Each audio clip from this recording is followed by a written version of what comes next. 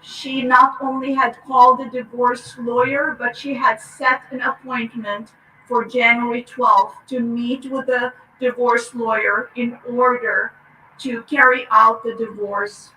She wanted that date and not Friday, January 7th, because their daughter had a birthday that she had planned. And again, the kids were the center of her world. And she did not want to do anything to disrupt that birthday that was going to take place on January 10th.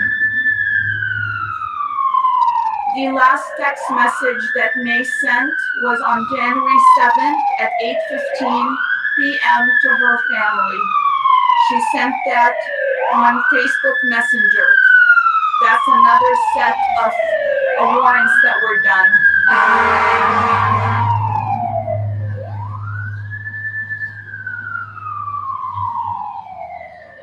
In the afternoon of January 7th, Larry Millete sent a really telling text. He said, "I think she wants me to snap, and I'm shaking inside, ready to snap." At 9:21 p.m. on January 7th, Larry screenshot from his account cryptocurrency amounts of money that were in his cryptocurrency to his two daughters, ages 11 and 9. May's phone activity stopped on January 8th at 1:25 a.m. On January 9th, Larry Millete's spellcaster messages that had been sent on a daily basis turned from May to wanting to punish a man that he blames for the failed relationship. This was before Merrick Priest had called the police about May being missing. Now we go to November 8th.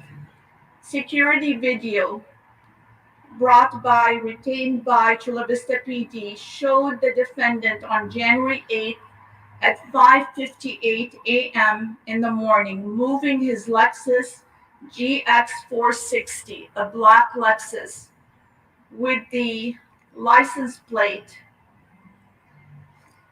that bears the name Melani.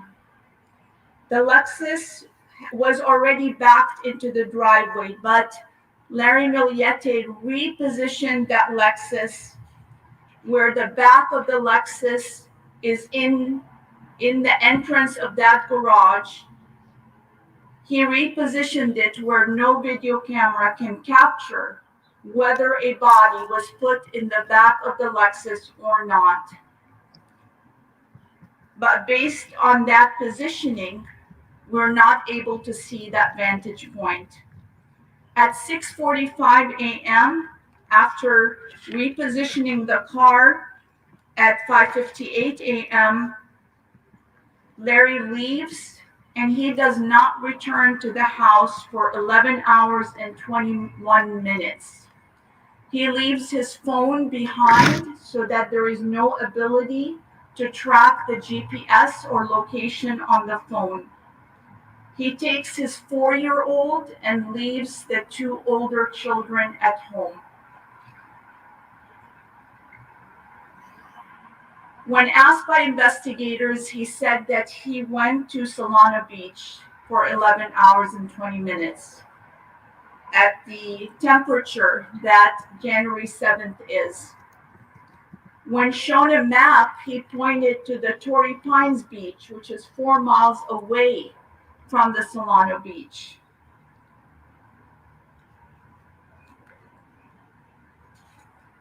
On that date, his employer was calling frantically, January 8th. He even called May, saying this is not like Larry not to show up to work, and wondering where Larry was. His father called, checking where he is, but no response. The phone was not operating. On January 26, detectives served a search warrant to seize the contents of the Lexus's infotainment system. This is an older 2015 Lexus, so it doesn't have the capacity that we have today. The report generated from the download indicates a navigation event on January 8th at 3:29 p.m. in the afternoon for Larry's home address, 2413 Paseo Los Gatos. So 2.5 hours before returning to the home, he is entering his home address to get to the home. And this is why I am giving this information so the public understands that we do not have a vicinity where the body may be. It may be out 2.5 hours or even further or closer. And that's why we need the public's help.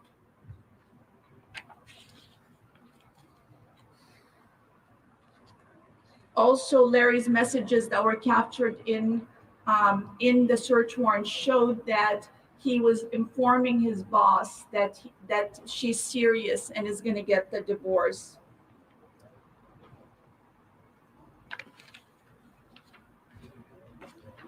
Larry's father even texted him saying, "Larry, please turn on your phone." This is January 8th, because your boss is calling regarding your job. When a search warrant was served at the residence, they were looking for firearms registered to Larry. Despite a court order, he had not turned over one of those weapons, a .40 caliber gun, and it remains outstanding to today. So again, I tell the public, if you are holding on to that weapon, this is the time to turn it over to police. Detectives also obtained security footage from the neighboring residence and observed the following. On January 7th at approximately 9:57 p.m., the sound of 9 loud bangs were recorded. Unfortunately, despite the excellent work of the FBI, they were not able to confirm whether those were gunshots based on the quality of the recording. But we truly appreciate their efforts and their continued efforts. But at 10:34 p.m., neighbors heard the children, the Millete children, playing in the backyard at 10:34 p.m. on January 7th. This was unusual because of the time of night.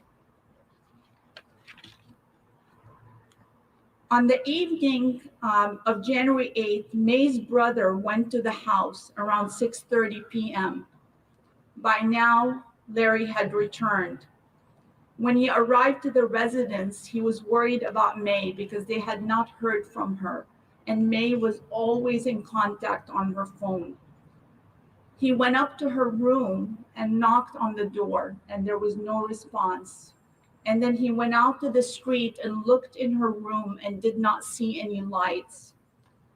Larry first told the brother that he was at work and doesn't know what May is doing. This is January 8th. And then he said that he changed the story and said he went to the beach with the 4-year-old. It's important to note that it was not Larry that called the police to say that May was missing. It was Mary Christ who went to the house, knowing her sister is always in touch and that her sister was looking forward to the birthday in Big Bear, who called the police.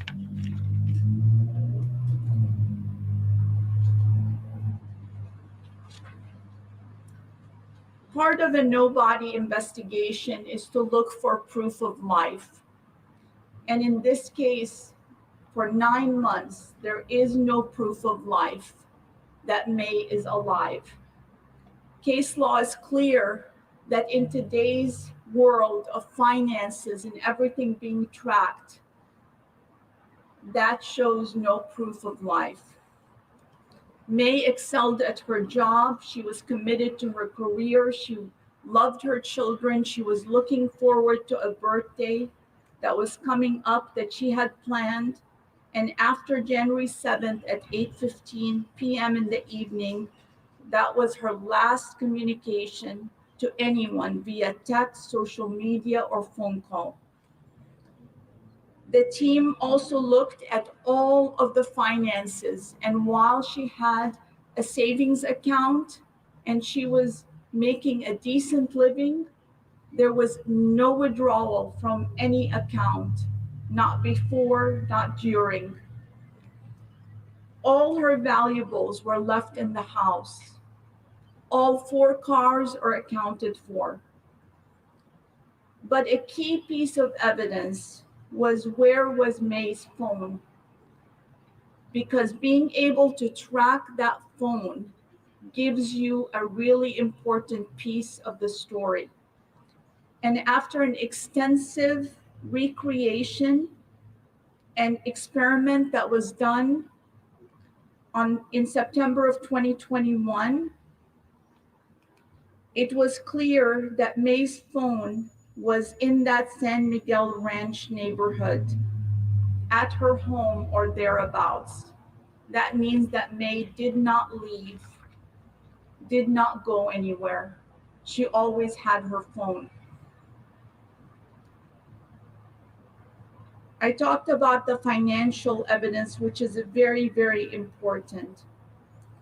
This arrest would not have been possible without the tremendous efforts of Chula Vista Police Department Chief Roxana Kennedy and her team. And I also again want to thank my team for working hand in hand with the Chula Vista Police Department. We ask the public at this point to call with any tips with regard to a Lexus GX460 black license plate Milani. If you saw that vehicle anytime on January 8th, please call and report that information. If you have any information about the missing .40 caliber gun, please call and report that information. If you have any evidence at all that you're aware of, please call and provide that information. While this arrest and the filing of charges starts us down the path of justice, this is not a win. We've lost a life, and all we can do is pursue justice fairly in order to bring justice to this family. Thank you.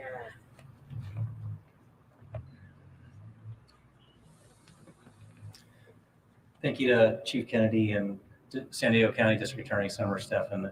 At this point, I'm going to ask Mary Chris, who's the spokesperson for May and May's family, to come up, and she's going to provide a few words. Thank you, Mary Chris. Love you.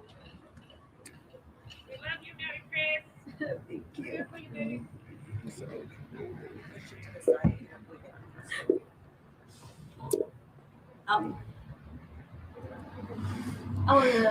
I would want to say thank you, everyone, for being here today, for all your support.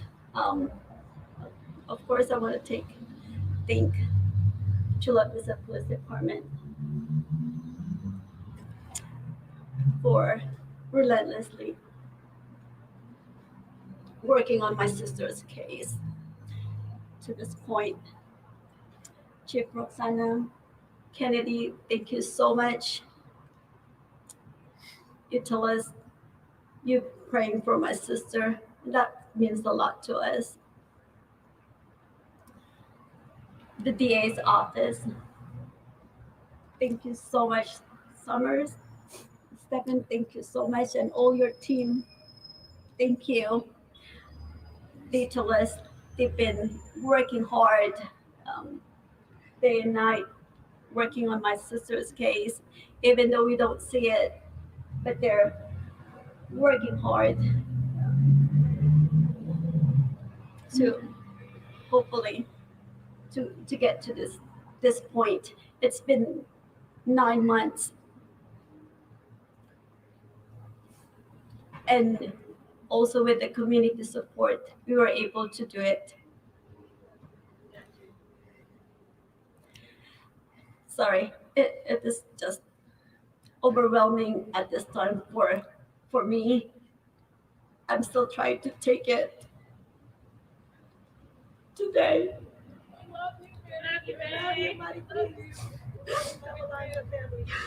It's been really hard. He's a family. He's our family. It's hard to go against a family.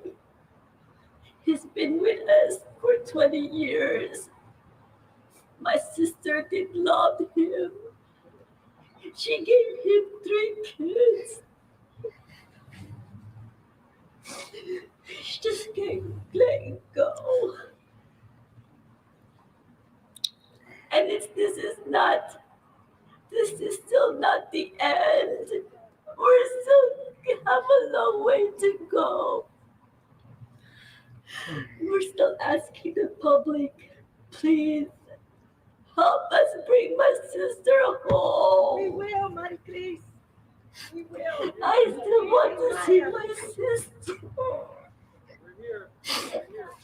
I still want her to come home to us. Please, if you know anything at all, please help us. We are pleading. I still want her to come home. We did a promise to her 11-year-old daughter that we will bring her mom home, please.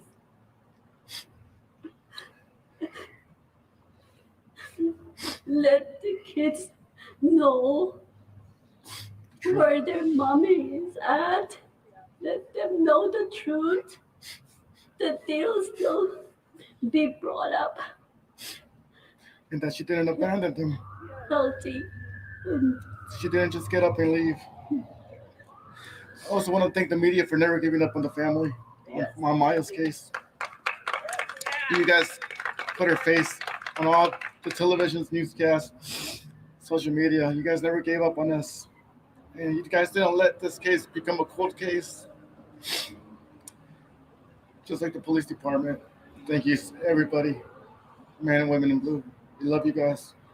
Thank you. And the community that supported us every weekend, every week. Prayers. Prayers. Every Thursday we do prayers. Thank you to all the community that came out and every search. Even the weekdays. Rain, shine, desert, ticks and all. We were out there searching for our sister. So We're not going anywhere. thank you guys. Thank you. Thank you. And again, thank you so much, everyone. It's all a teamwork from everybody. Thank you. We are bringing justice to my sister and we'll bring her home. Thank you. Thank you guys.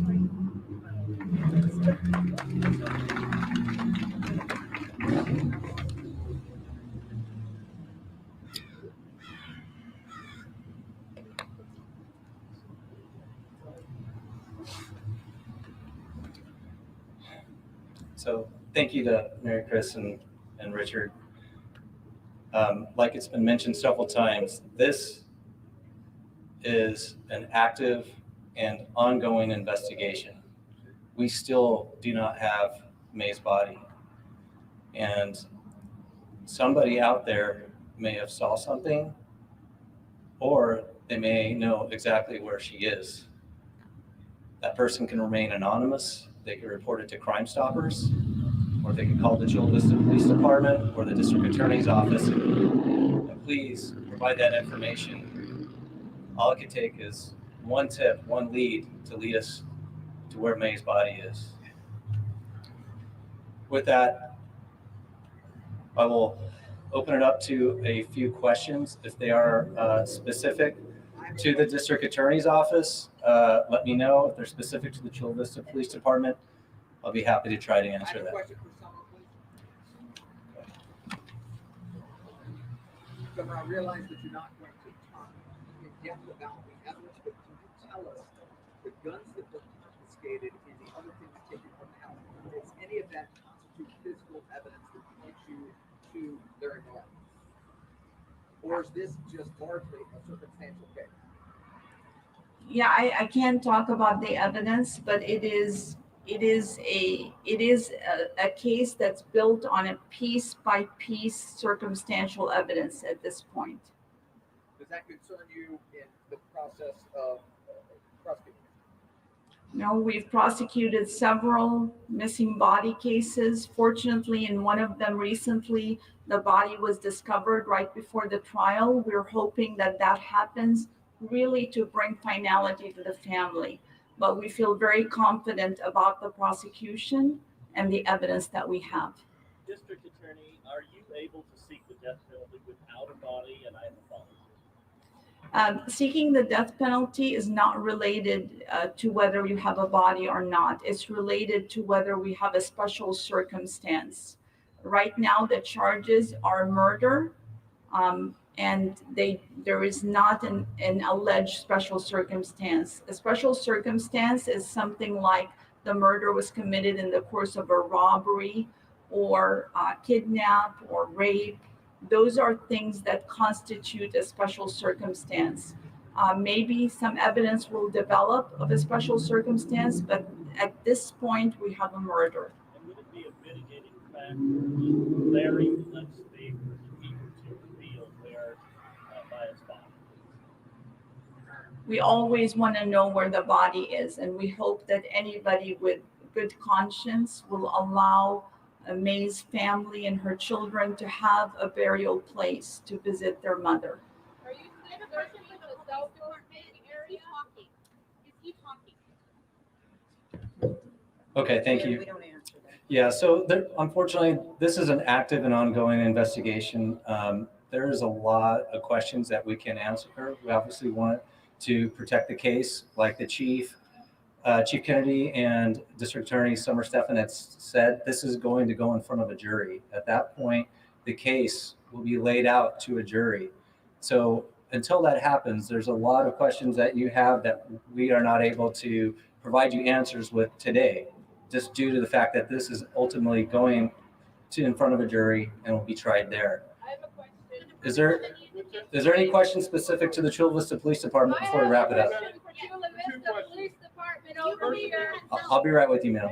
First of all, will the children be released to Maya's family? Are they going to be okay? So I can report is that the children are safe, and I can tell you that this afternoon when Larry was taken into custody for the murder of May, the children were the number one thoughts in our mind to do that safely, to make sure they were never in danger. And once we knew that the children were not in any danger, that's when the SWAT team moved in and took them into custody. I believe there's one question right here. Yeah, is there still, should we still be searching the cell phone ping triangulation area? So early on in the investigation, it was released to the media, also to May's family, that we had reason to believe that May's phone may have been in the area of the old golf course near her house. When that information was released, we were going on the best info at that time.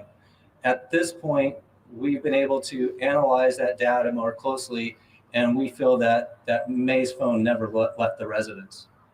I have one more question. You have searched locations for Larry's family members. You have searched in locations where Larry's family members live. Do you have reason to believe that his family members helped him in any way? At this point in the investigation, the only person that we feel is responsible for May's disappearance and murder is Larry Millete. That'll be all. Thank you. Thank you.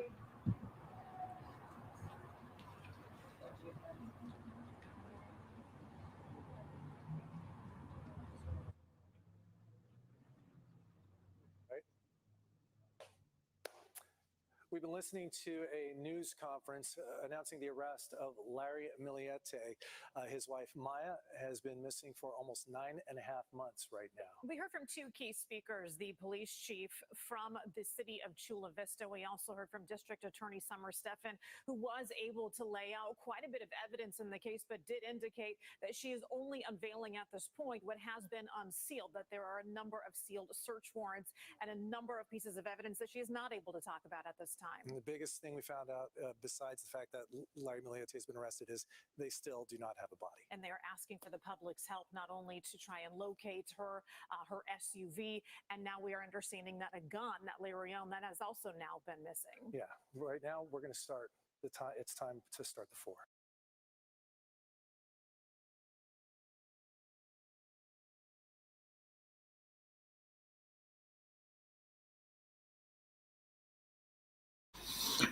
Oh my God, guys.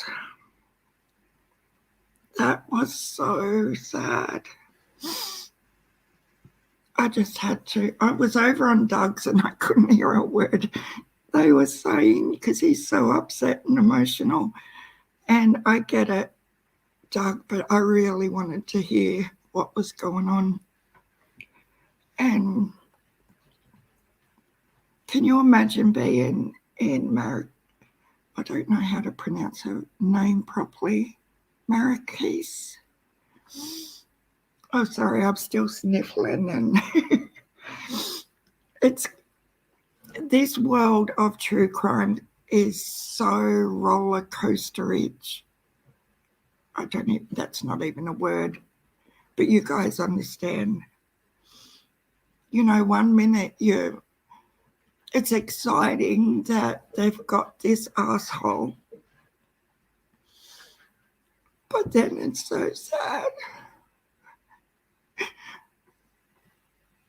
Oh, it's just crazy. It really is. It's, hi, Twiggy. How are you?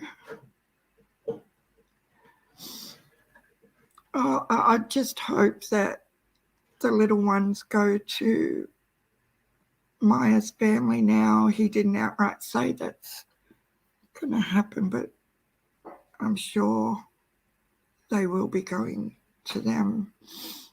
But guys, I honest to God do not think this piece of shit is going to give up where she is. Like, he's one of them ones that will take it to the grave.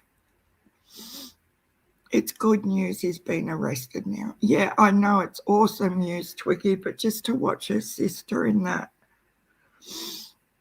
was like, it's great news they've got him. It's sad that they are confirming no proof of life. It's sad that the family now, you know, but it's also infuriating that they still don't have her back yet. That'll be the icing on the cake, and let's hope he cracks, guys, and gives it up. But I just don't feel he will. I think he's that one that'll just keep going and going and going, and take it all the way through trial, the whole thing, without saying a word about where she is. That's the way he's played it since day one. Like, he is such a selfish piece of shit. And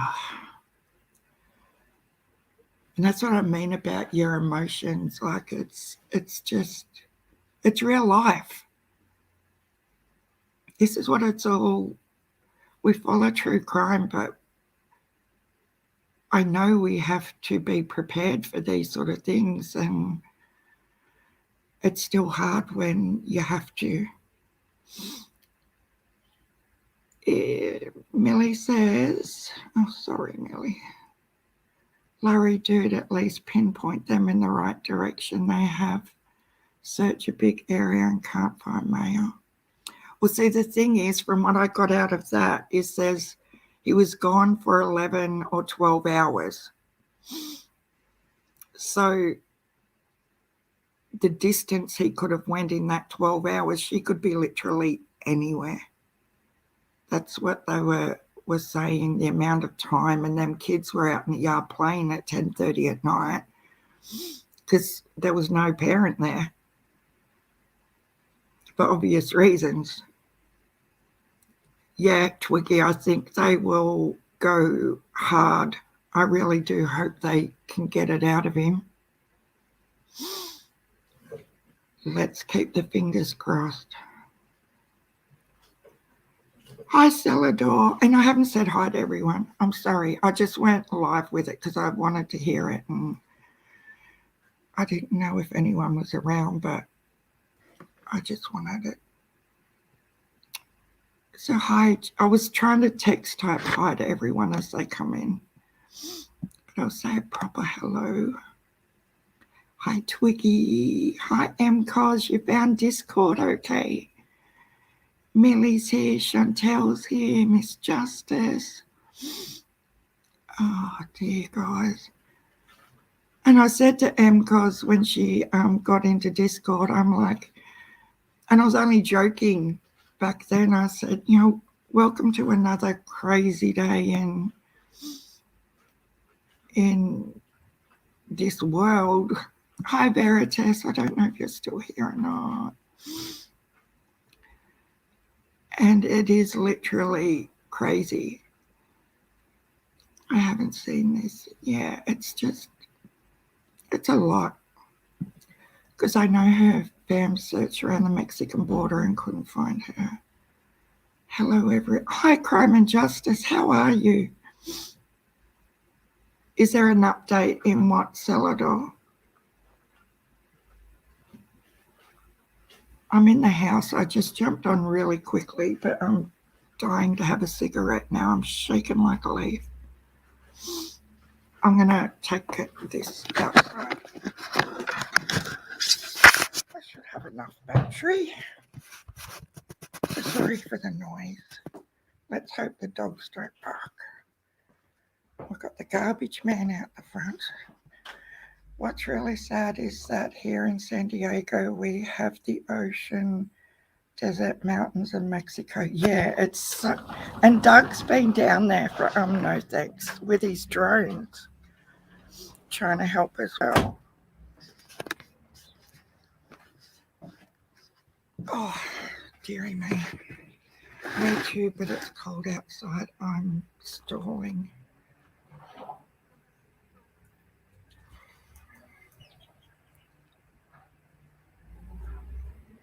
Yes.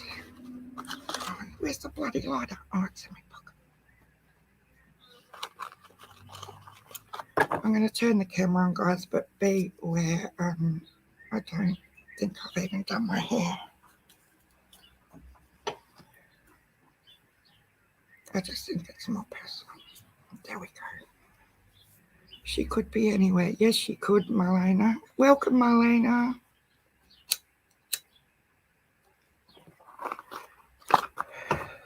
Sorry, I just needed to have a smoke. I know you guys won't mind. Didn't have Pam search. I think they've searched. I've been donating every fortnight to their GoFundMe. And, you know, even if it was only $10, I would donate because they go out every single weekend. Sorry, I thought you were saying that police had new leads. No, you're fine, Celador. I've got, Celador, have you watched the interview with Cleo Smith's mum and stepdad? Because I swear to God, I'm going to play that in a minute.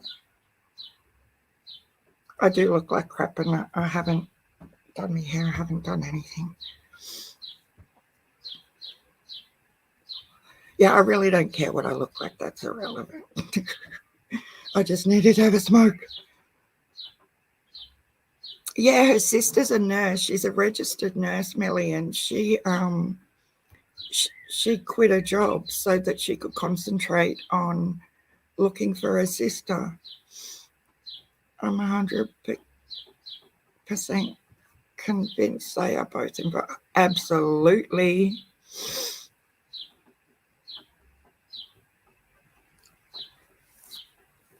The arms crossed, and I'm not an investigator. I'm not a journalist, but when you're in this community for as long as I've been in this community with true crime, I hang out for the parental interviews because it's so telling and you just get a vibe. And even though, like, I've looked into, she owns, the mother of Cleo Smith owns a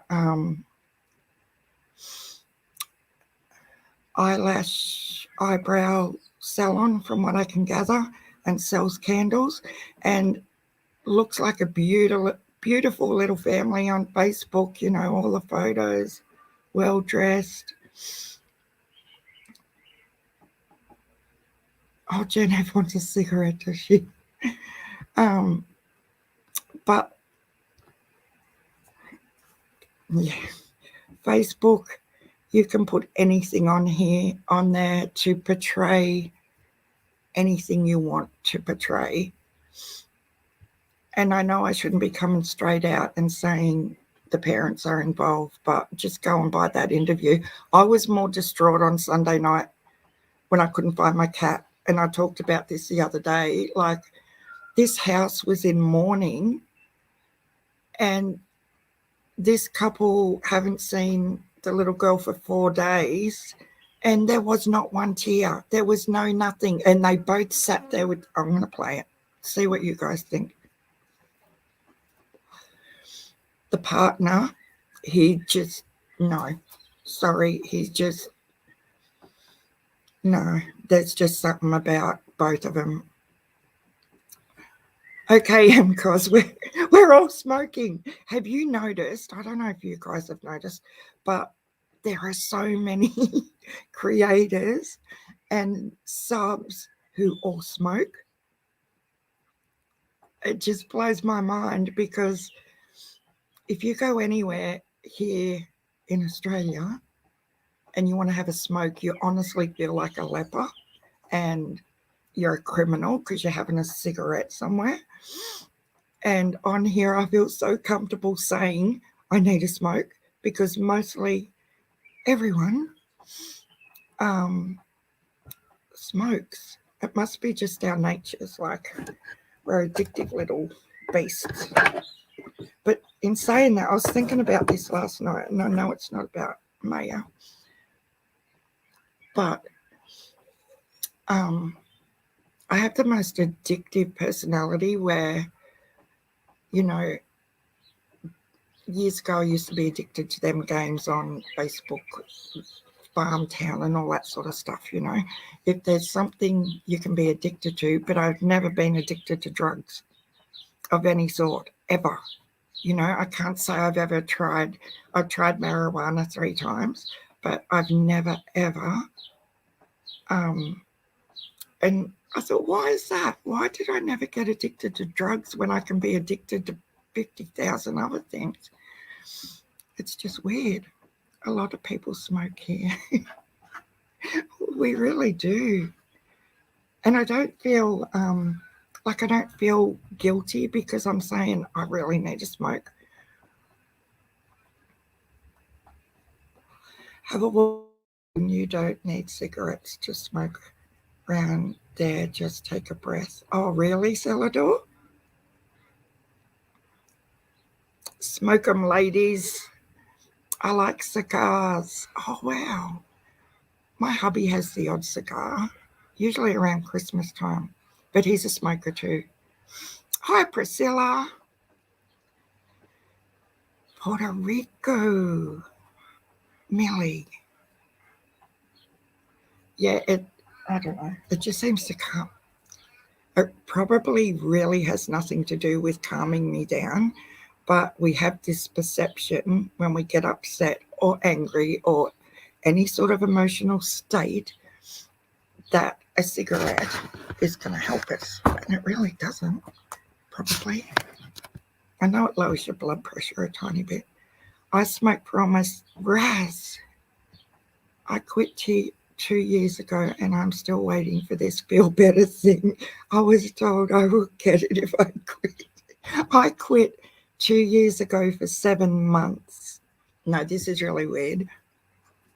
2 years ago, hubby and I both went on the Champix tablets, and we both give up the same day, the whole thing. We were so good, and I'm doing great, Priscilla.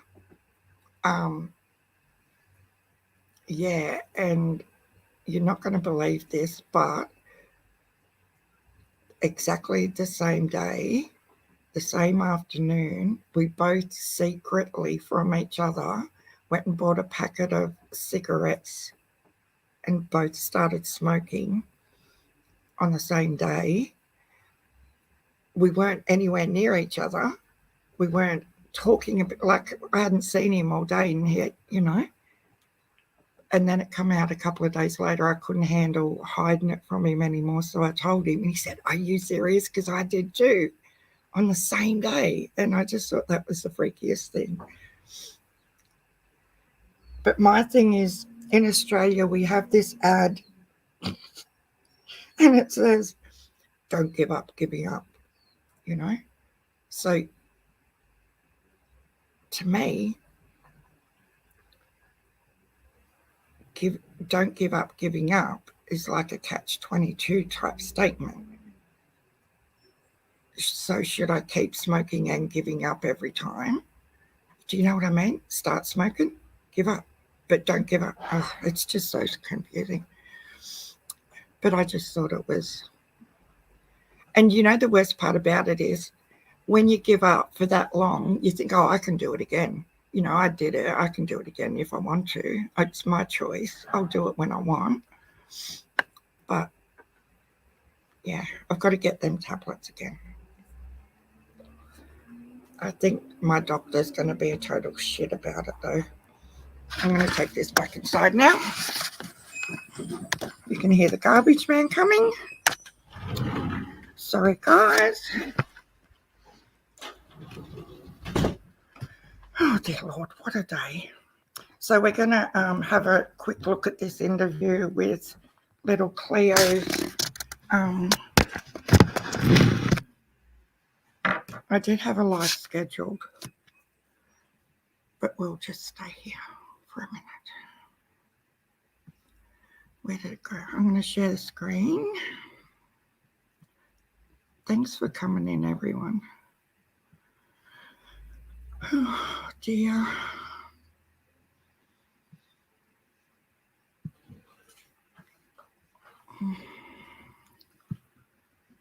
Now, I don't know what the go is with this web page. I'm going to try and get it so you can actually see their faces. But with the drop-down bit at the top, I can't remove that for some reason. It's just, I don't know. It's just weird. But I'll try and get it. But see how they're sitting now? That is them the whole way through. So just listen to... Yeah, thanks, Miss Justice. I'm going to mute myself and the camera.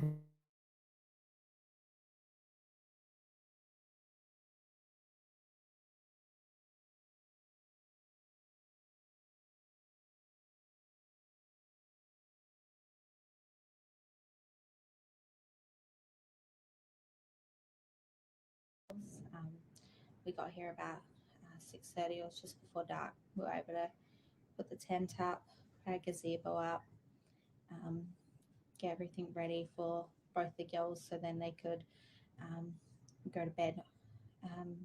We made them dinner.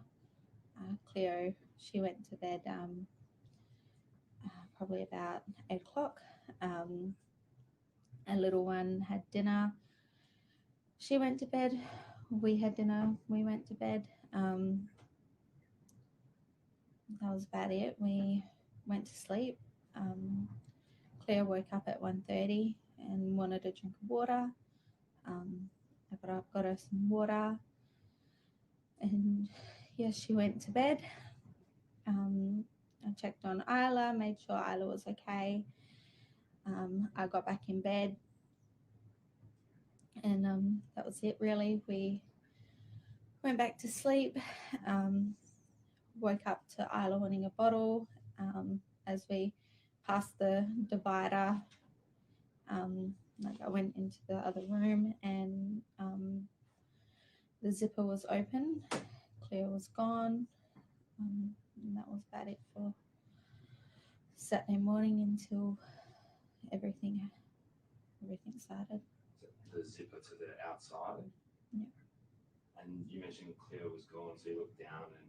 Yeah. So basically, how the tent was we had Cleo was on a mattress. Our little baby was in a cot right next to her. We had a divider, and then we were on a blow-up mattress as well. And yeah, she was gone. The tent was completely open. It was about 30 centimeters from being open, and I mean, I turned around to Jake and I just said, like, Claire's gone. What happened from there? Well, basically, like, obviously we went and went looking, checking, making sure, like, you know, she wasn't around the tent. And then we got in the car, like, you know, driving around everywhere we could. We grew up here.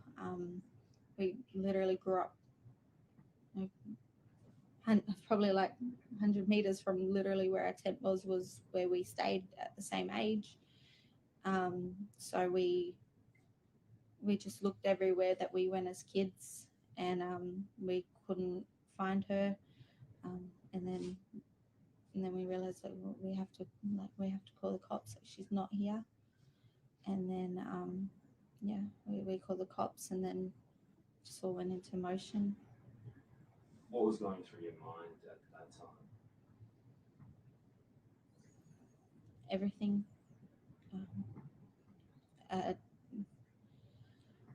Part of me was thinking, like, you know, like, where is she? She needs breakfast. She, you know, like, you know, what's she doing? I just everything was going through my head. And it's been 4 days now. Tell me about that. The last 4 days. Have been horrendous. We haven't really slept. We've had so much family help us and support us, but, you know, like, everyone asks us, like, what do you need? And really all we need is a little go home. What do you think has happened to Cleo? I don't know, and I wish I did. No idea.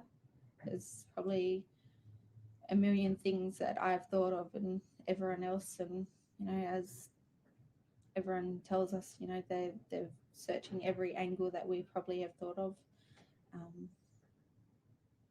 Yeah, I guess the worst part is, like, we can't do anything more. It's out of our hands, so we just feel hopeless and out of control. Can you tell me about Cleo? Oh God, yeah, she's beautiful, delicate. She has, like, the biggest heart. She just so funny. She loves rocks.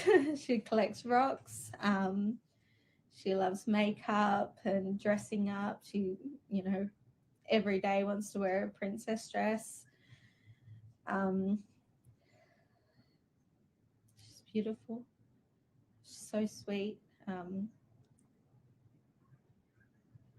She's everything that you'd want in a little girl to grow up, and yeah. What's the information you would like to get out there, and what would you like to ask people to do? If you see anything, yeah, anyone has information or sees anything, just call the Let cops. you know, yeah, the cops know. You know, like we get inundated with people messaging us saying like, you know, maybe we seen her here, maybe we seen her there, Yeah, and just report it. report it is like all we can ask you to do. Because we can't do anything. You know, if you see something, report it. It doesn't matter if it's small or big, or if you're sure or not. Like, we want our little girl home, and Just anything, report it. Yeah. People have mentioned that Cleo is perhaps not the kind of child who would wander off. Can you tell me about that? she isn't. She would never. She won't leave my side if I'm walking in the shops. I mean, I live 5 minutes from the shop. She won't even walk that far. She's pretty lazy. Yeah, she's lazy when it comes to walking. She won't ride her bike very far because all she wants to do is just go in the bottom of our pram, and she would never leave us. She would never leave the tent. She's wearing, when she left, she was wearing a jumpsuit, and she can't go to the toilet without my help unzipping it and going. And she would come get me just like she did with her water. She would never leave that tent alone. Do you think someone knows where Cleo is, or Someone has to. It's been 4 days. And yeah, they have to. Do you fear someone has taken her? We hold hope that, you know, she's here, because if I think about her being taken, it's pretty, you know, a million other things cross her mind. But I mean, that's why everyone else has their job, because that's what they're here to do, to find her. Can you tell me about that massive search that you've seen taking place? Everyone's doing everything they can. Everything they can, yeah. I mean, we sit and watch it every day and all night, and yeah, it's going day and night. You can see it happening. It's going, and we're just watching it happen. Like, they've been amazing updating us, but you know, every time we get a call, we just always think like, is this our call that she's home? Is this our call that, you know, we sit and watch the sand dunes, and we just think that she's just going to run down it and like back into our arms, but we're still waiting. How are you feeling right now? How I'm feeling is how I never want any mother to feel.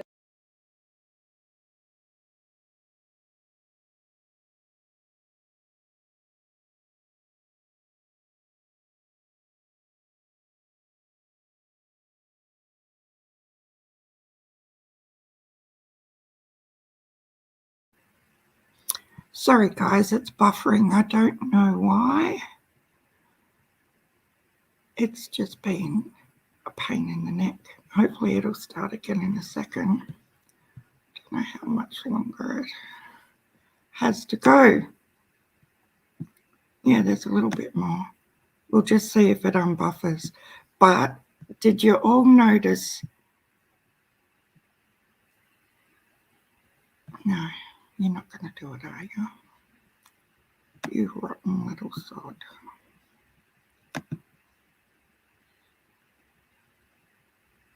What's this one?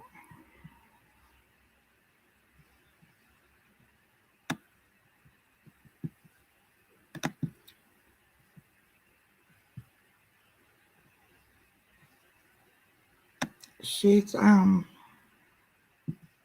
see if we can get it back to here. I think we're about here, weren't we?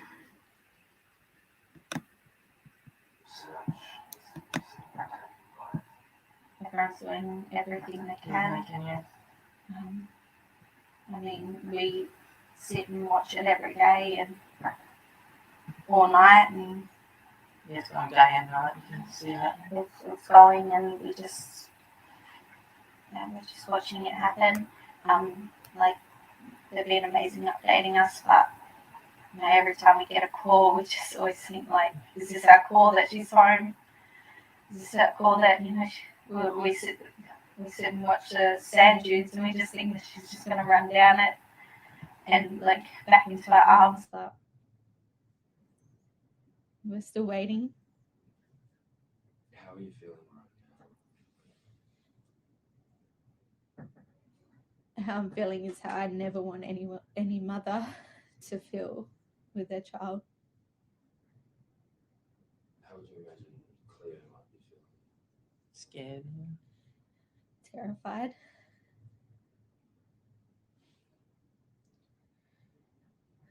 And you've had a lot of support from the community and family and Yeah, everyone's been great.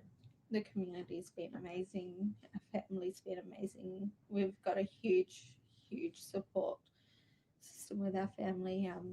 We've still got people flying here. All the community offering to help. The assisting. community's been amazing. We've got people everywhere, and we're gonna find her. We have to. Can you tell me a little about your family with the four of you? You live in Carnarvon, you go on camping trips like this. Can you talk me through some of that? Well, this was Is our that baby's first? first Yeah. camping trip. Got a 7-month-old baby. It was a brand new tent. First time we'd used it, so obviously we were trying to work out all the flaws that could come with it, but this was never something that we expect ever this. thought would have happened. And what do you like to do, the four of you, spend time together? Go fishing, camping, hang out at the beach. Cleo's terrified of the water. She doesn't go into the ocean. Loves the pool, but ocean not so much. Sand castles and playing in the sand. Yeah, she'll play in the sand. She's learned to ride her bike without a training wheel, so Yeah, we brought that up. We brought her bike so then she could ride around basically where we all grew up. So she was gonna keep learning to ride on no training wheels, as she calls them, stabilizers. And is work and school here in Carnarvon? Yeah, I work in town at the beauty salon. Jake works at Rio. Cleo goes to school at St. Mary's. What's giving the two of you hope right now? I know she's strong. Cleo was born 8 weeks early. She was premature and she's been strong from the day she was born. So I know she can get through whatever she's going through. And for people keeping an eye out, can you tell me, what does Cleo look like and what was she wearing? She's fair skin, quite skinny, slim, honey blonde hair, hazel eyes, just beautiful. She probably wouldn't really look comfortable, or she would be terrified. She would be so scared. If someone does know where Cleo is and isn't providing that information, what would be your message for them? Please tell someone. Just report it. What if it was your child and someone knew and didn't say something? Yeah. Any news can help. And just lastly, you said the last 4 days you've been sort of here just waiting on any news. And Yeah, we've been close by. We haven't left. Just waiting for her to come home so we could take her home.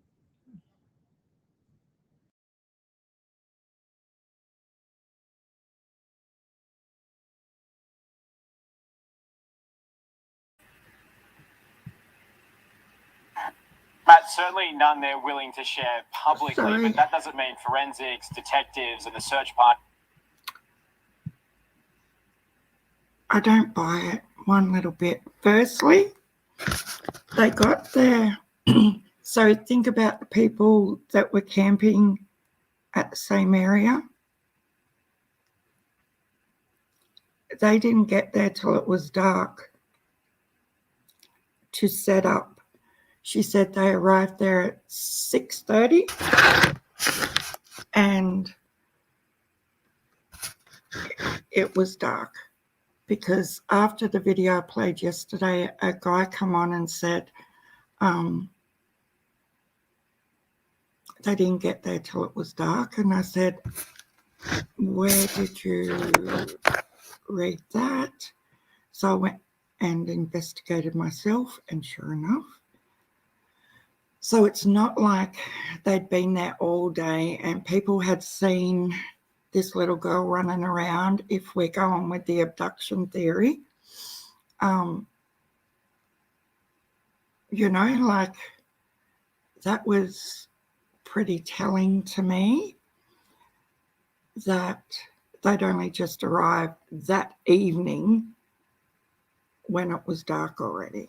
How do you say? I know. And she says that Cleo went, they arrived at 6:30, erected the tent, got the kids fed, and that Cleo went to bed first at 8 p.m.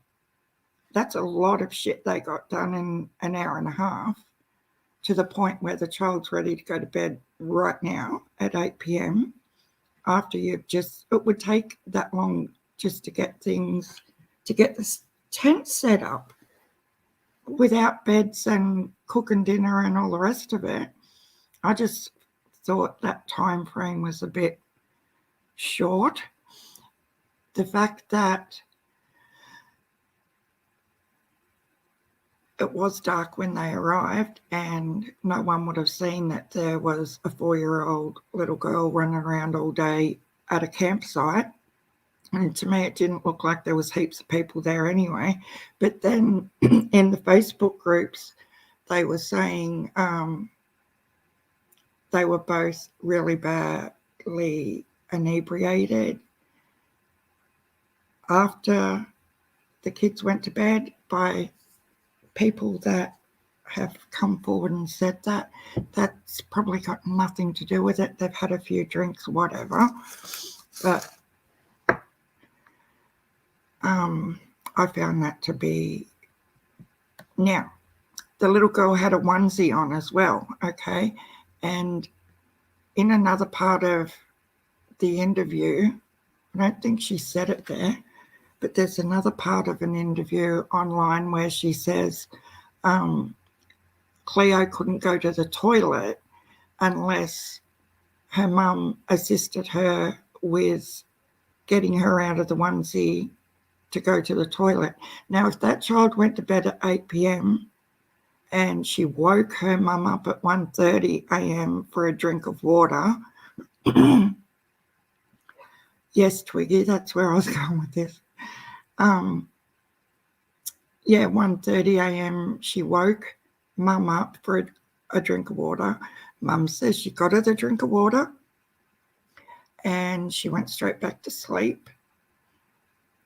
They all went straight back to sleep, and then she didn't see it until, like, she's woke up at 6:30 a.m. and Chloe's gone. I just thought, wouldn't she have wanted to do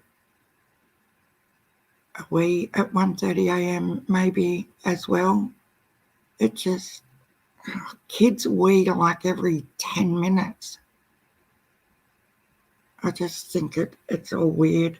Their body language. He kept pursing his lips, which reminded me of Chris Watts over and over again, like doing these ones. And she reminded me of Candace, to be honest, with the I don't know. And so flat toned the whole way through. Yeah, it had some sort of petition in it. And because she said why they didn't hear crap if they were drinking. Yeah, Millie, look, that's just something I come across in Facebook groups. I cannot confirm anything. We'll just But that's what they were saying. This is what happens when you go camping with kids, and, you know, you should be. So I don't know. It's just all very sus. I just think she's too vague. Like, there's no, I know she had a few tears towards the end, but I don't know. It's just screaming red flag after red flag to me. And yeah, the biological dad, he was he was questioned on Monday for 3 hours, and it's been confirmed that he was at work. Millie, I don't usually cry.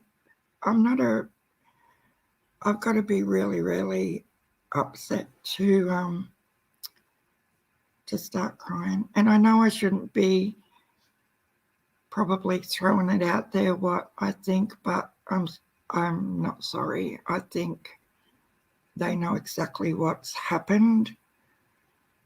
There's no urgency. There's no nothing. It's too flat-toned. I don't get it. It's just like Candace and Don talking about summer.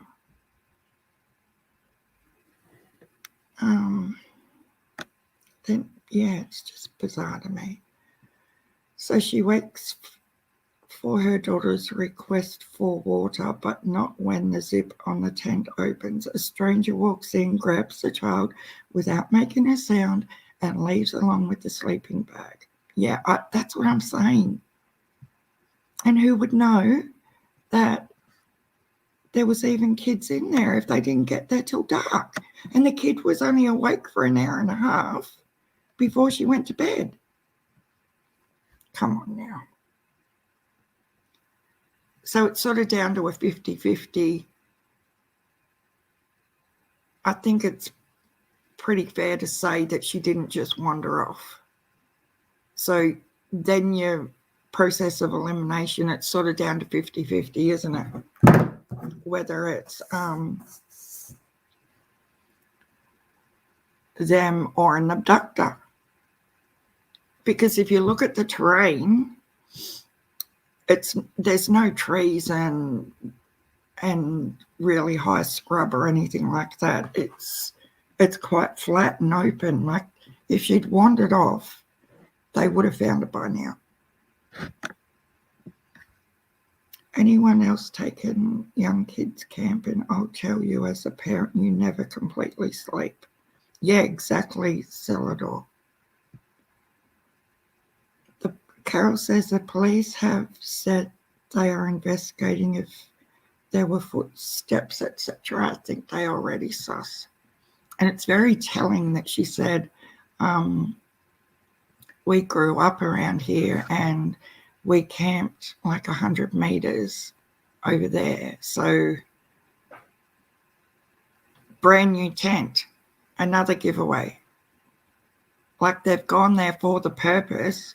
In my opinion, allegedly, brand new tent. Like, if you start putting all these tiny bits together, they've tried to make it look like someone has abducted her.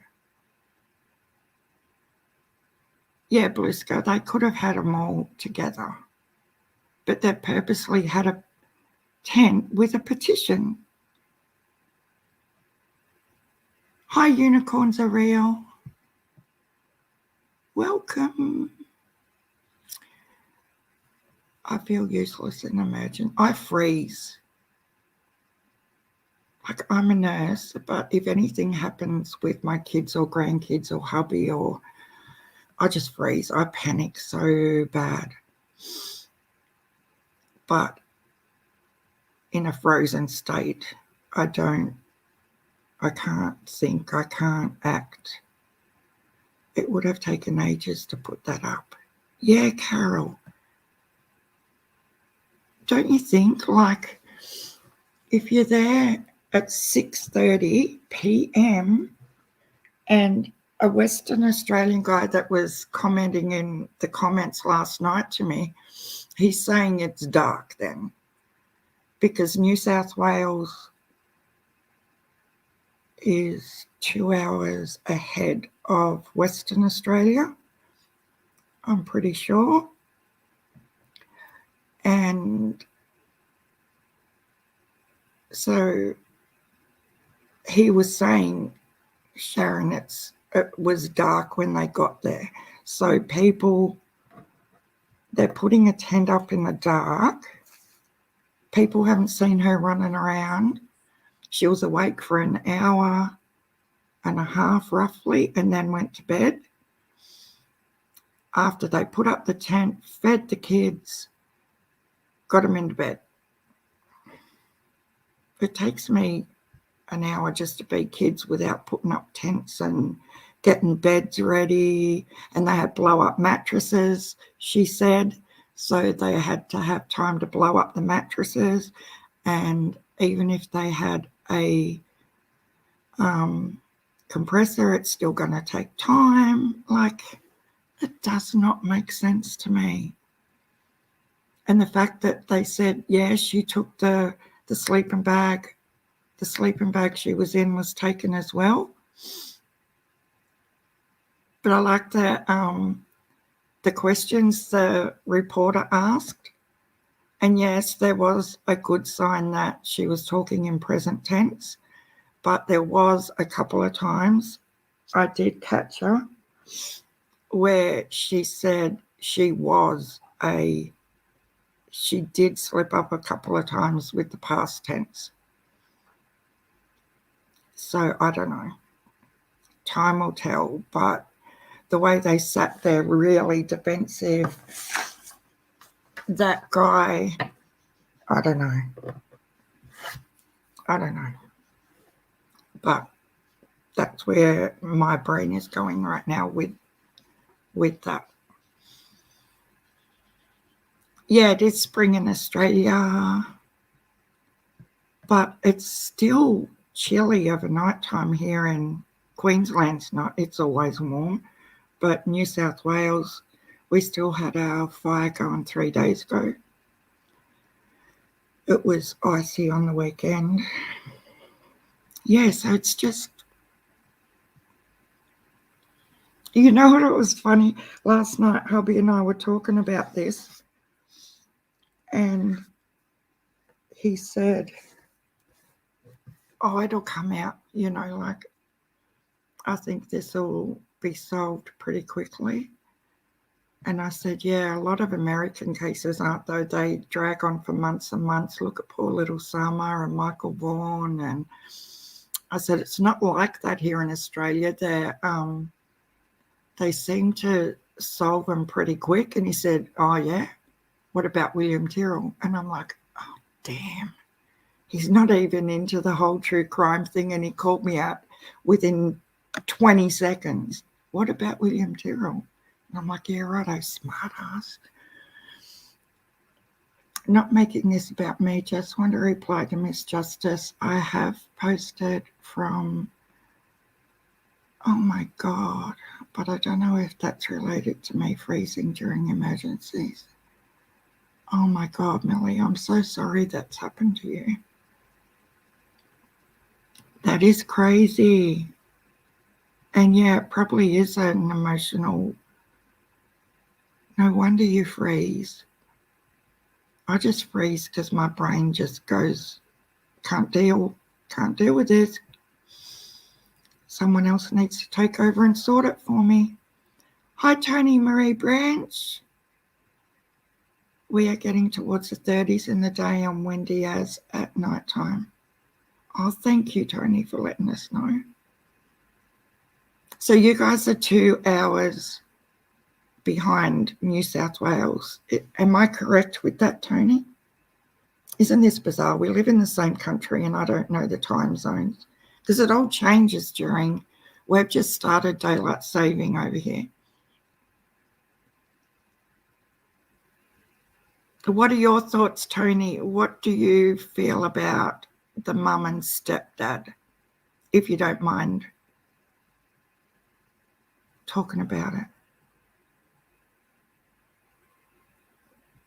Oh, hang on. I'm not in YouTube. I'm in StreamYard, Millie. Crime and Justice, can you delete Millie's comment? She wants it to go away. Yeah, in StreamYard, I can't delete anything. We have 38 degrees. Oh my God.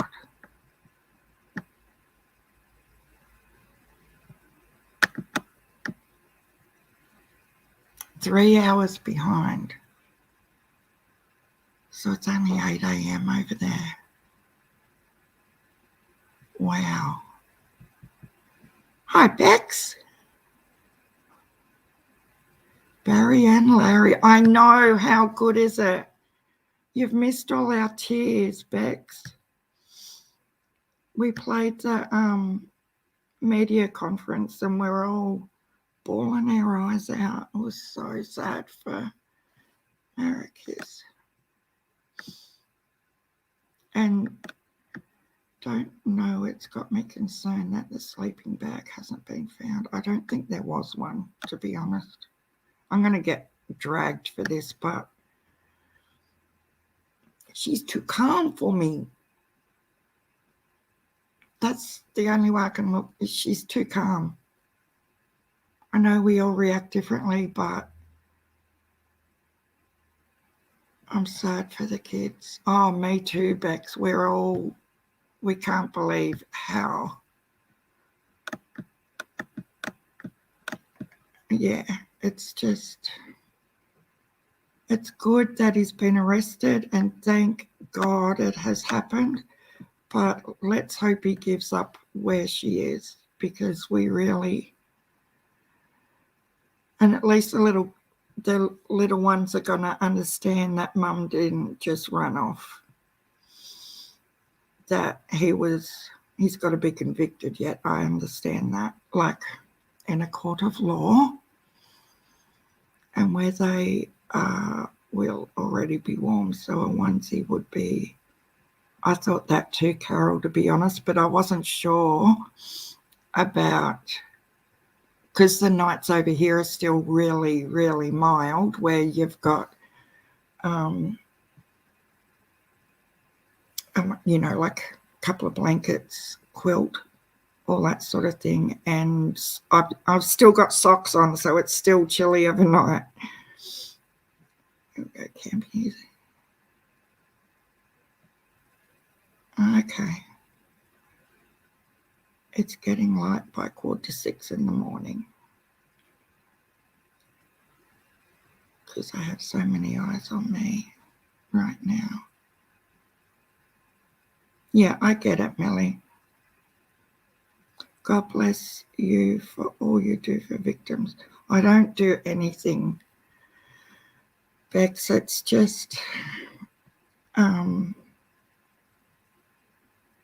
getting their faces out and talking about things and trying to support people. The arriving at dark and then her being gone the next morning is bothering me a lot. It was me too, because when, I think his name was Kenny, he was commenting in after our video yesterday, and he was saying that,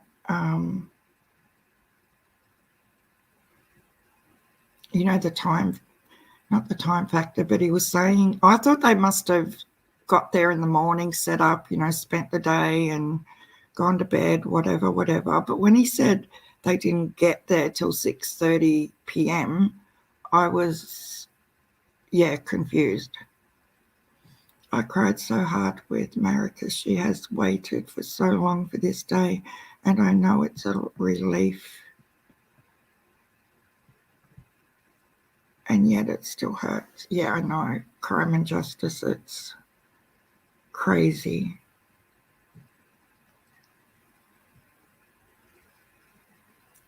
It really is. Oh, gosh. I'm just trying to decide what to do, because I did have that other live scheduled. I might stop this one, reschedule the one that I've already got up. On another note, did you all catch Prayer Garden of America again? No, I got them. Oh, God. Guys, I've decided the only way to get views on YouTube is to be dramatic. I could not believe Ziggy's live. I went in, I don't know how many, I think it was like 5 hours in. I finally got the adapter for my camera for up in the studio for the desktop up there, and I was just fiddling around trying to work out where to put the camera and everything, and seen Ziggy's live, so I said, I'll go and say hi to everyone. And holy shit, that Terry woman going for Savannah Smiles, but I didn't see any of the prayer garden stuff. So I might come back on and we'll play some of that. Jody Sue said prayer gardens is full of shit and she knows her from Facebook. Yeah, well, Saturday night I had my say on Prayer Gardens of America. Like if she is that Prayer Gardens, good luck to her, but I don't think she knows what she makes out she knows.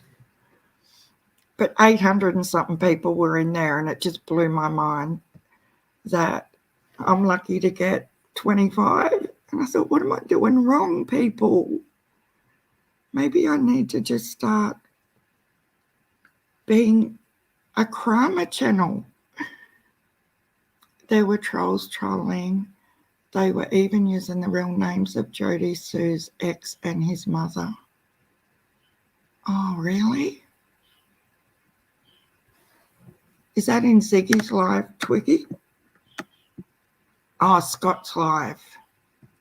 Is he still live? Because I was in there earlier. I feel scared for Jody Sue. I really do.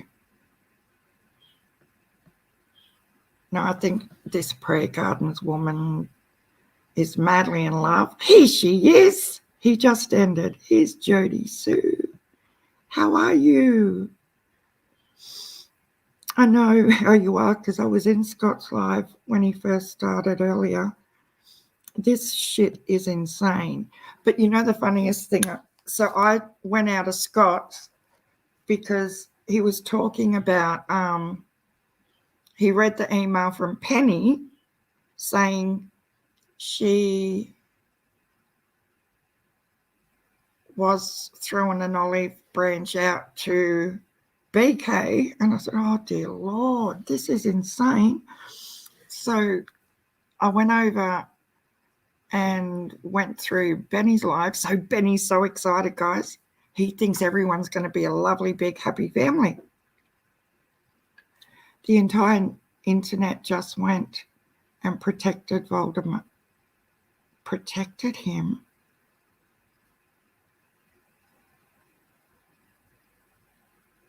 They protected you, isn't that why Penny went over to BK's, Jody Sue? Was to try and put a lid on BK?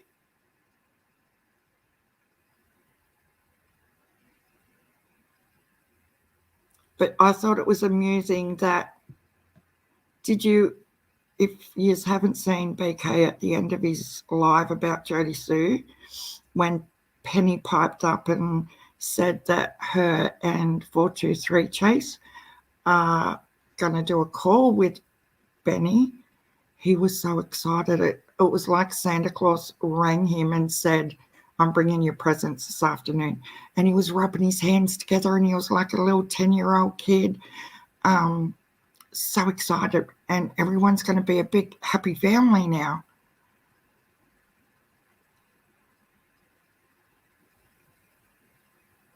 Yeah. Oh, Jody Sue. Maybe you should delete all your pics and videos. Yeah. And now she's afraid and asking not to go. Oh my God, Jody Sue.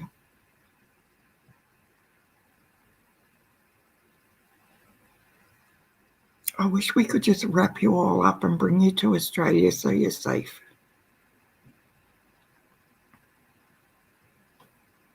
No, it's your focus is on your children, isn't it? Like, I totally get you. If you see your kids distressed, you're distressed times 1,000.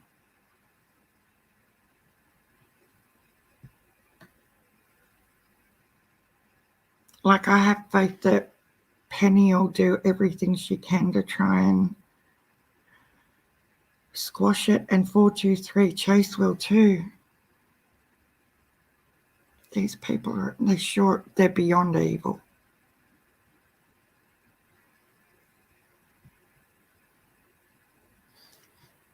See, I've missed what's gone on in the last hour and a half.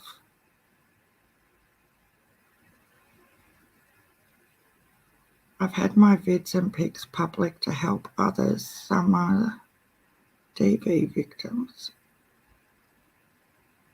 Yeah, but maybe you can put them back up. This is so bad. BK isn't he what, Twiggy?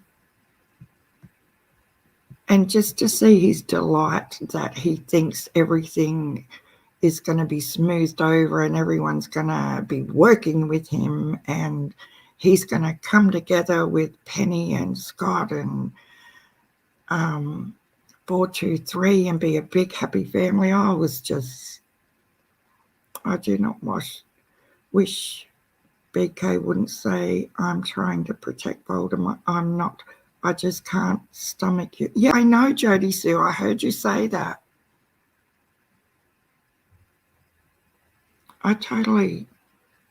Yeah, it's a trigger, and you do only have to hear someone's voice and then, like, the anxiety goes through the roof. I get that. I've been in a relationship like that where I was, like, very young, but I know that feeling. Oh, Enchanted, did you see his... What is going on with that shit? Everyone, I need another smoke. We're going for a smoke. What is going on with this?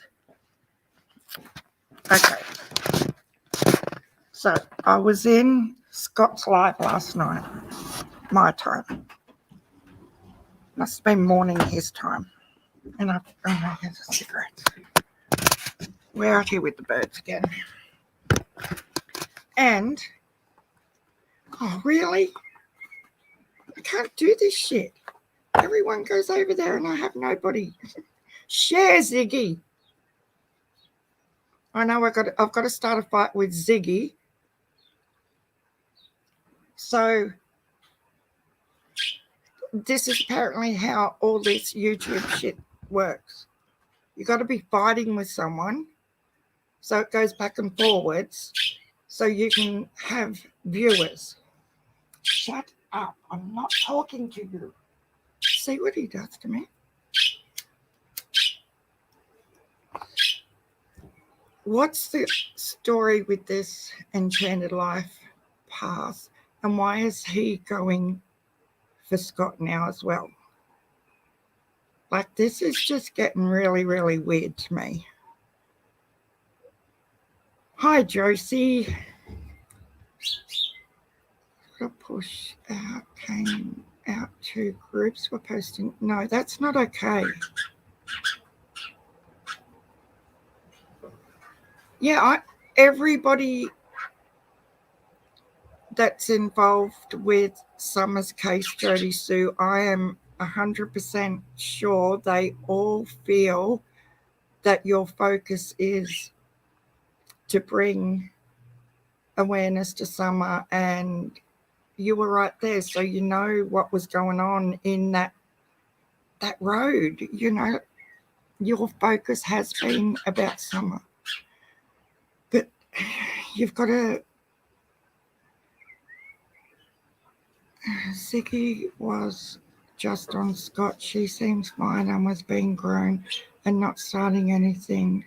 She very much was being cool and calm and adult. Yeah, she's fine. I have no problem with her. I'm just being a smart ass about how, yeah. But for some reason, I don't understand why, and Chanted Life Path, whatever his name is now going for Scott. And I didn't even know about the Dunkin' Donuts thing with Tiffany Marie. I had no clue about any of that. So that was been working on it, and I think word got out, and is why half of this has started on me. It's just ridiculous, Jody Sue. Yeah, I left Scott's live so I could see what happened with Penny and BK. And I know we all go from one channel to another, but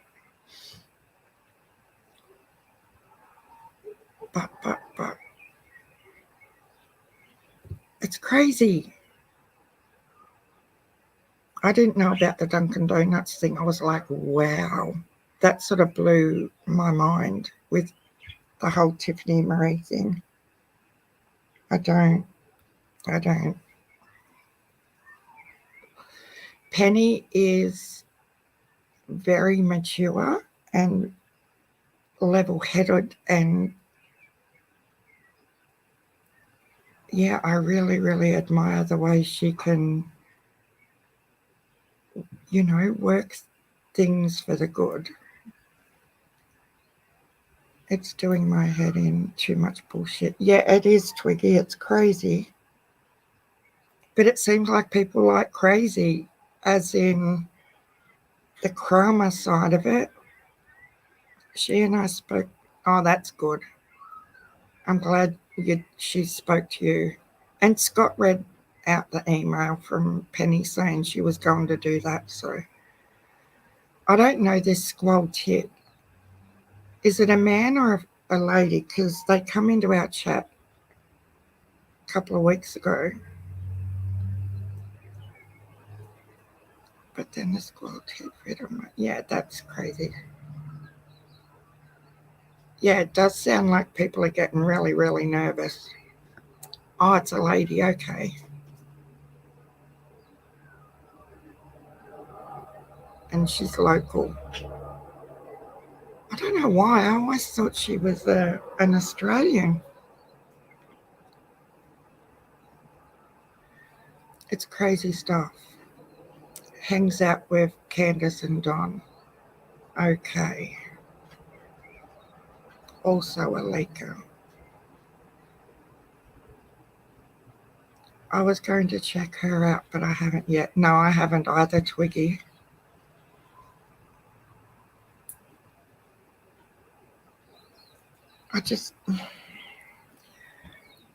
Maybe if I'd watched, because Ziggy's live yesterday went for over 6 hours or something, nearly 7, I think. And I just didn't have time to go and watch the prayer garden stuff and digging, and hung up on her. It's just so messy, isn't it?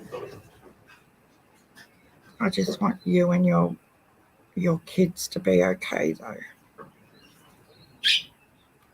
And when you said this morning on Scott's Live that at least if you're online, people know you're okay, my heart, I was driving at the time, and my heart just, I think it stopped for like 3 seconds. It was just like, what? If you're that frightened, how? That's crazy. And then you thought the cop was coming to you. How? Oh, I can't imagine what you're going through. I really, really can't. But you're strong, and you know that at one time or another, one of us are going to be live, that you can yell out to us on my Facebook a few days ago. Now there's bullshit from her.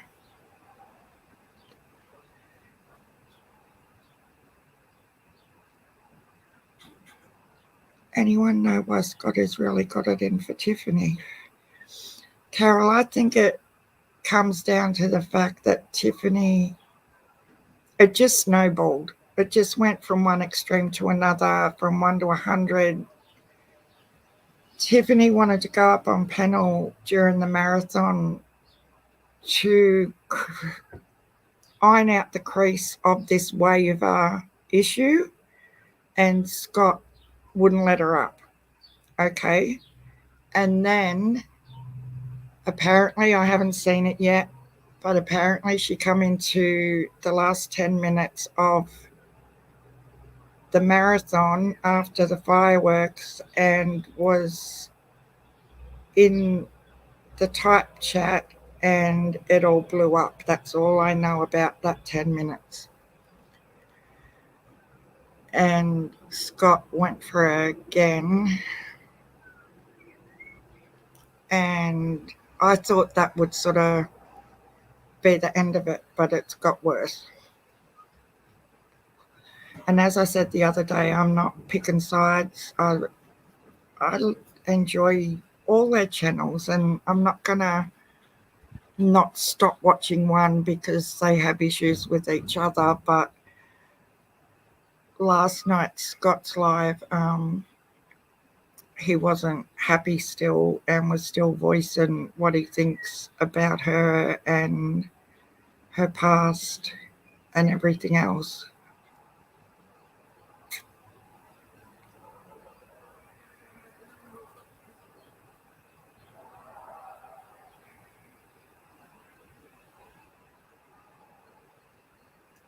So, Jody, so you think everyone went over to BK to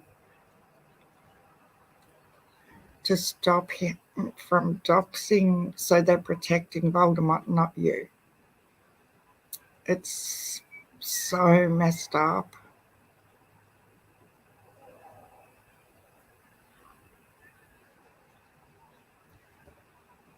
And what she done in when she got arrested in Dunkin' Donuts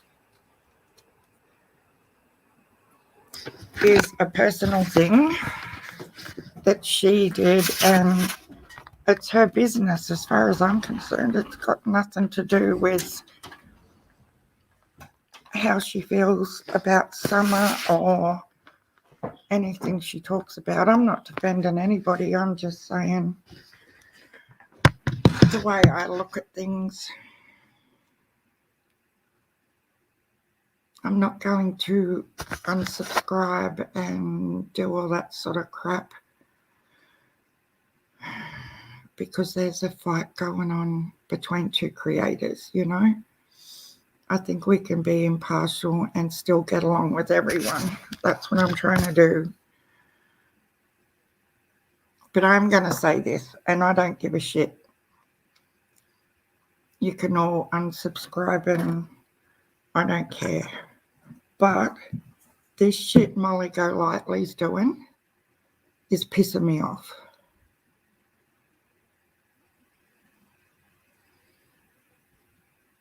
She is such an attention seeker nutter. And I just don't get the woman. Like, she's down there at the front of Laundry's house again carrying on, and she's making a complete dick of herself, in my opinion.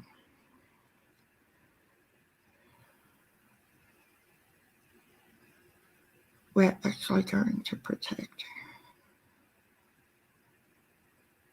It's just crazy, Jody. But hopefully Penny and 423 Chase can get it to a point where he stops. Because we all know what he's like.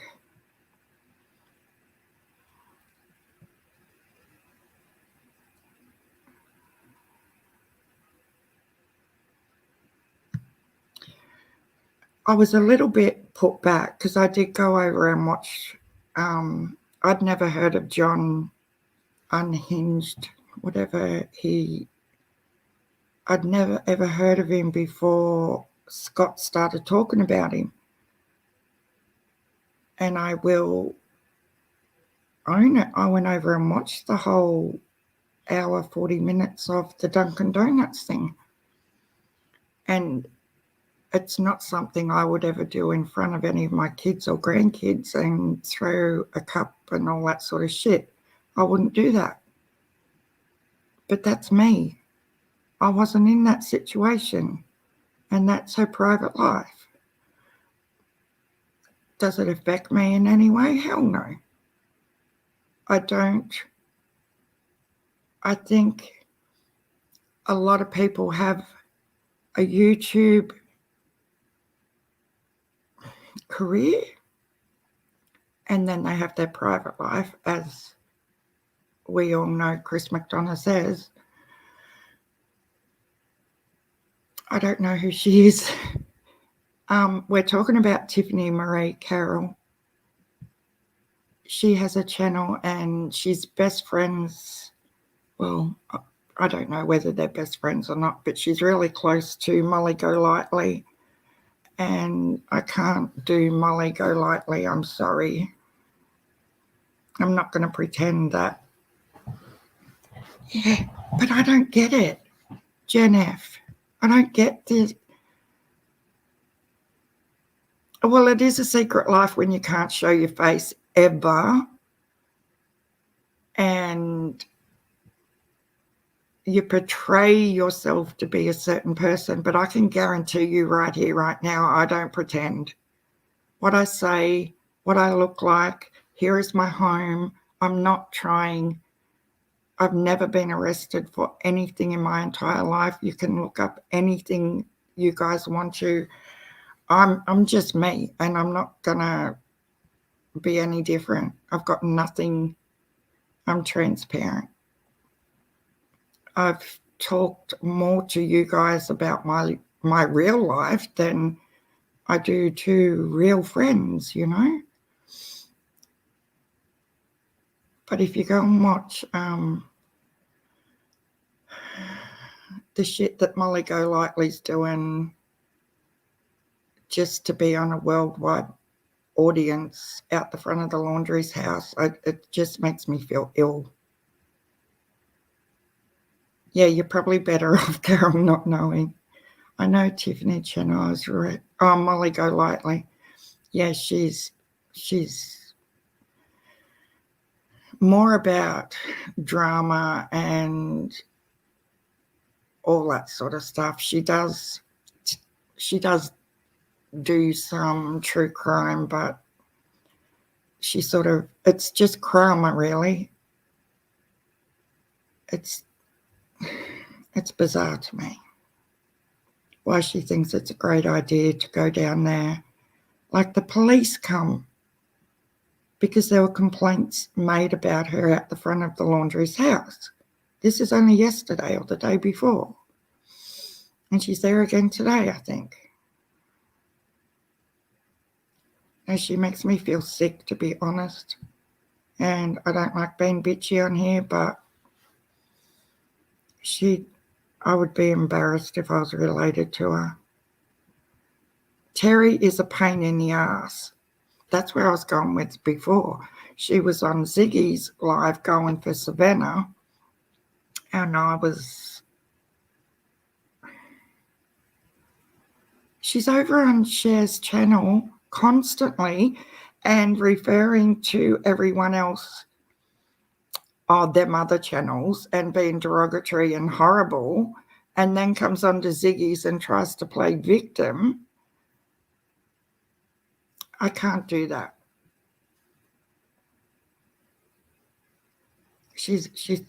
And what is she? She's one of them funny, some sort of advocate, but she's online showing her face and being another, having anyone but real newscasters out there. I know another channel is going to go down there and pull a stunt. Hi, 109. How are you? Yeah, it's just getting ridiculous. But I had no time for Molly Golightly. And it was Tiffany's idea with the laundry basket 2 weeks ago. It just makes you see, when you see the Dunkin' Donuts, when you don't see it, but when you hear the audio and you hear Tiffany laughing about everything like it's all a big joke, refusing to get out of a car, winding the window up on the police officer, it just makes you think, wow, I never sort of thought you would be that person that would behave like that while your son's sitting there recording you. I was a little bit like, whoa. Yeah. Oh, so Carol doesn't know who Terry is. Yeah. She goes on Mrs. Voices Behind the Walls channel and I call her the elf on the shelf because she just sort of sits there most of the time and never says a word. I subbed to her for 2 days and was like, nope, not my cuppa. I've never subbed to her. Like, I've never watched her channel.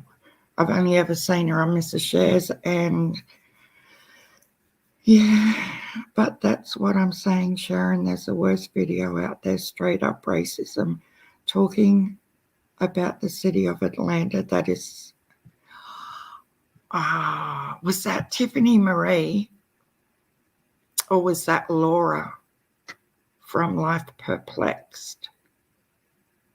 Millie, I think that was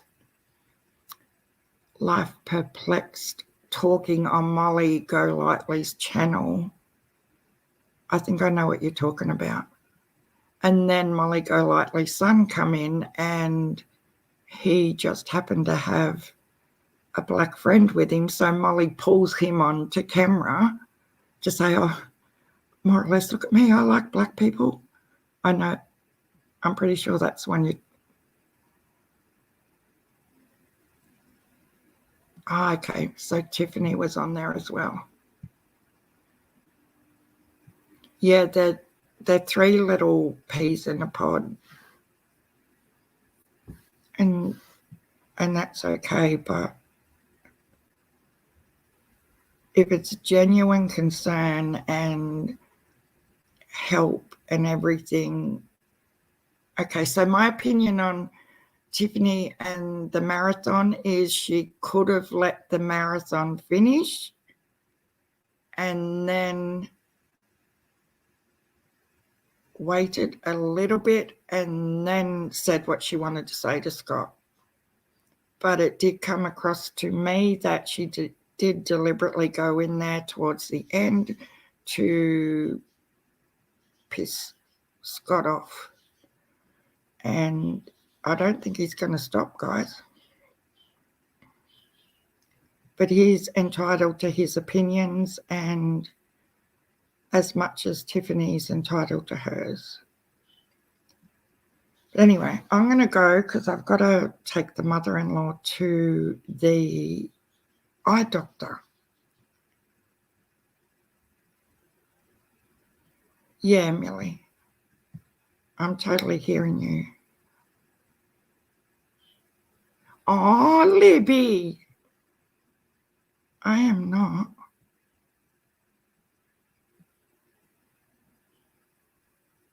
Oh, that's so sweet.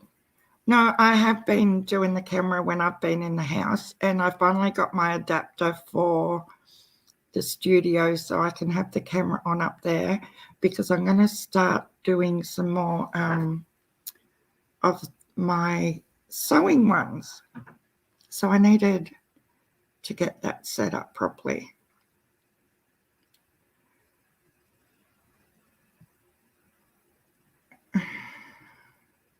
I just don't, it's just all got to calm down. Everyone needs to calm down and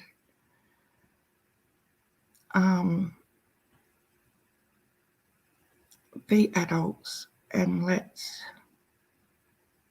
but I cannot do I will own it. And if I lose subscribers because I don't agree with what Molly Golightly's doing, then so be it. I really don't care anymore. Libby, did you watch I was going to go, but I just want to ask you, did you watch the news conference with Mayor Millete's family? We were all in here bawling our eyes out.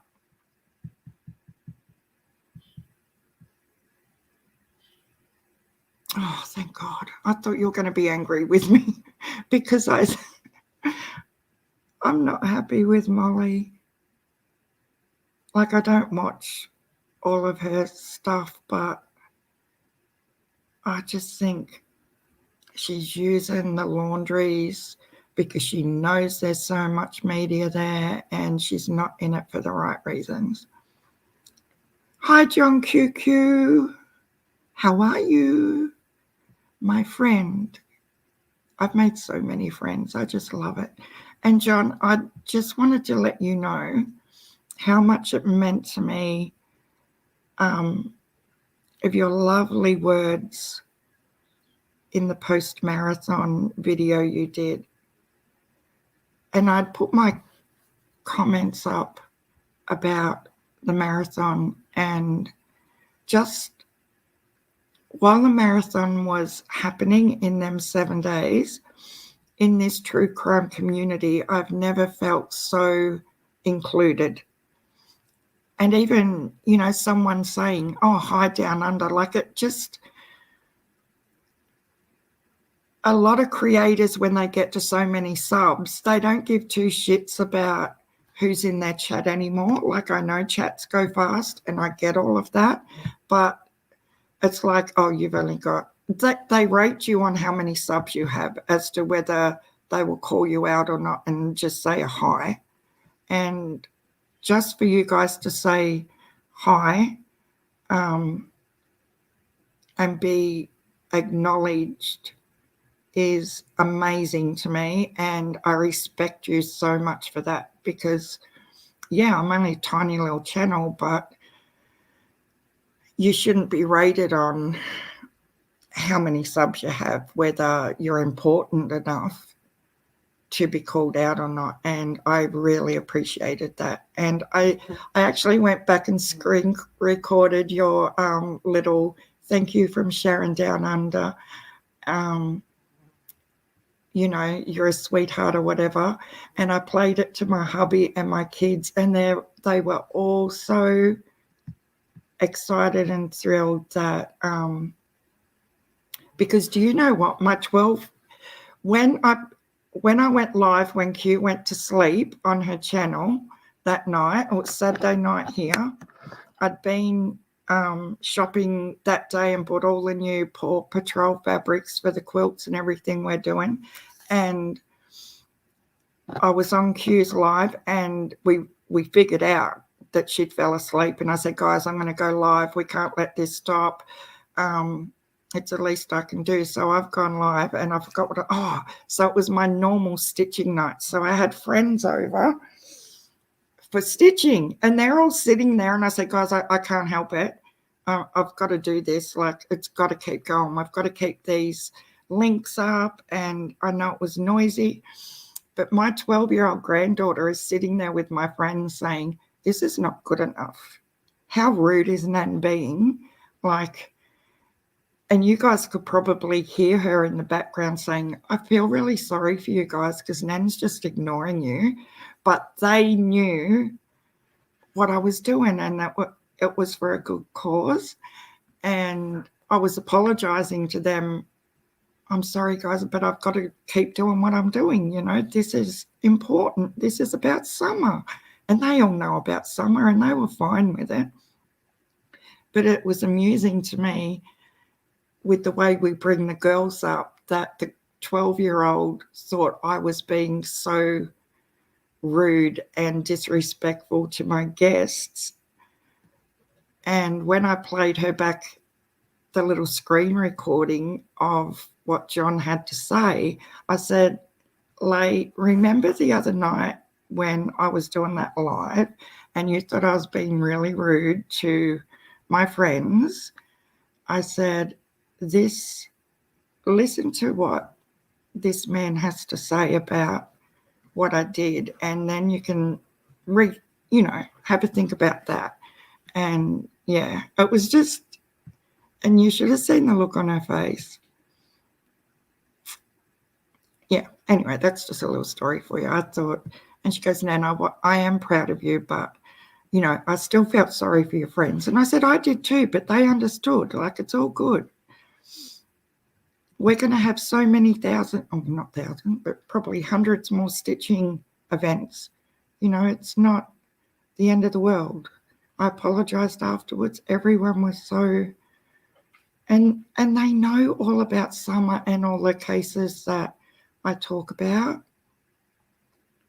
Everything you did, I didn't do any, like, honestly, John.